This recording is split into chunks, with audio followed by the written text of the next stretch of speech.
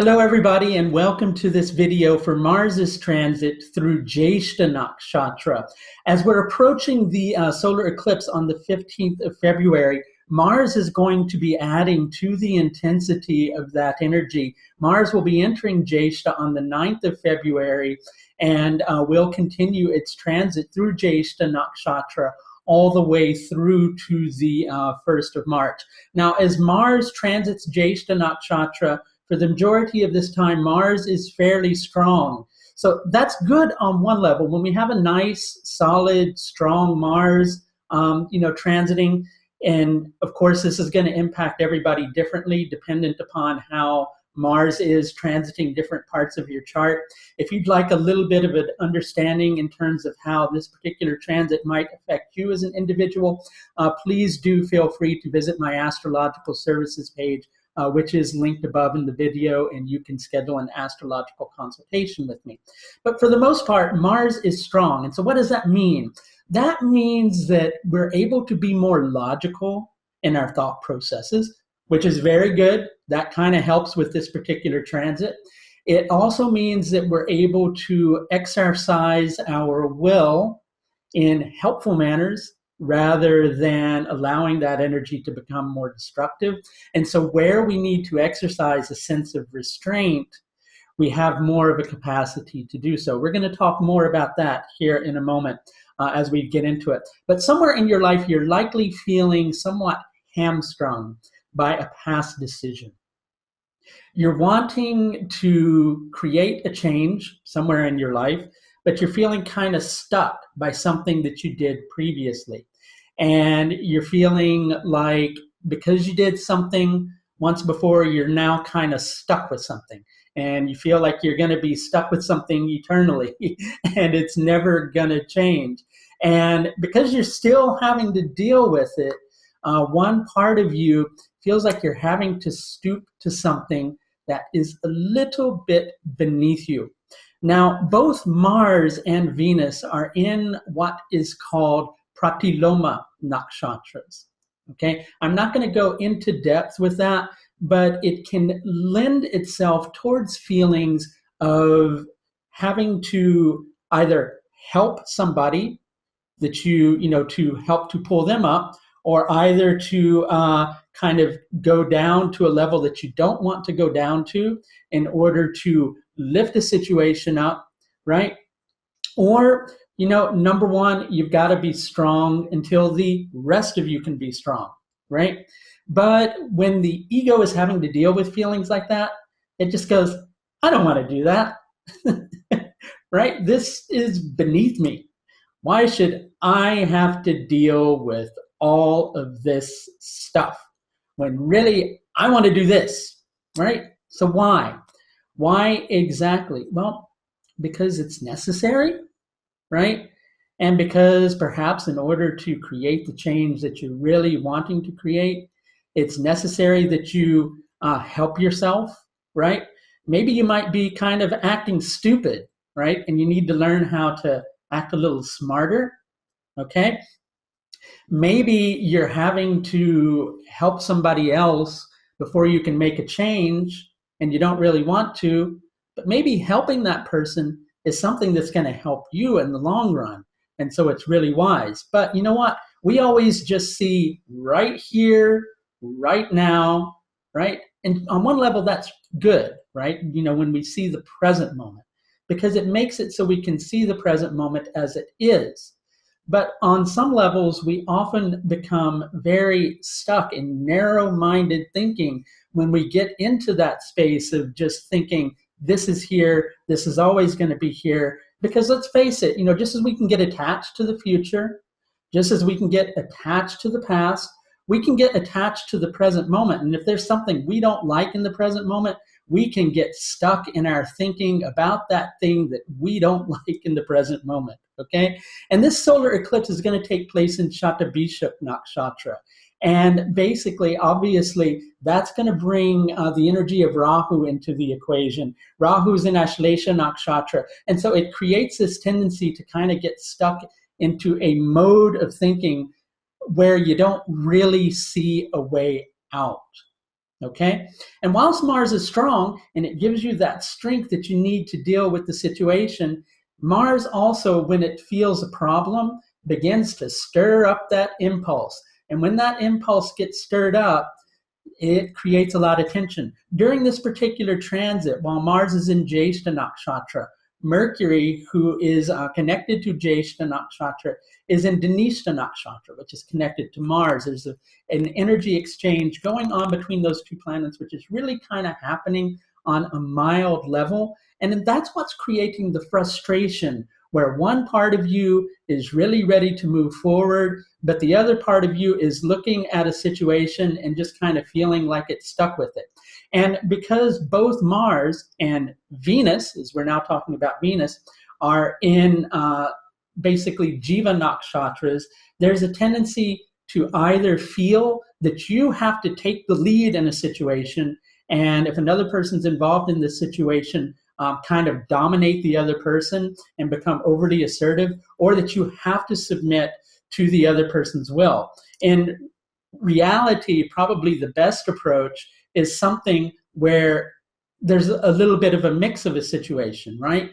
You take the lead as in how something affects your life, okay? And as you are in a position, if it involves another person, where you're trying to assist another person in their efforts, let them take the lead and understand that they know what's best for their own lives. And so maybe even if you're not trying to assist another person, and this is just about going separate ways, it's about trusting that each person knows what's right for their own life.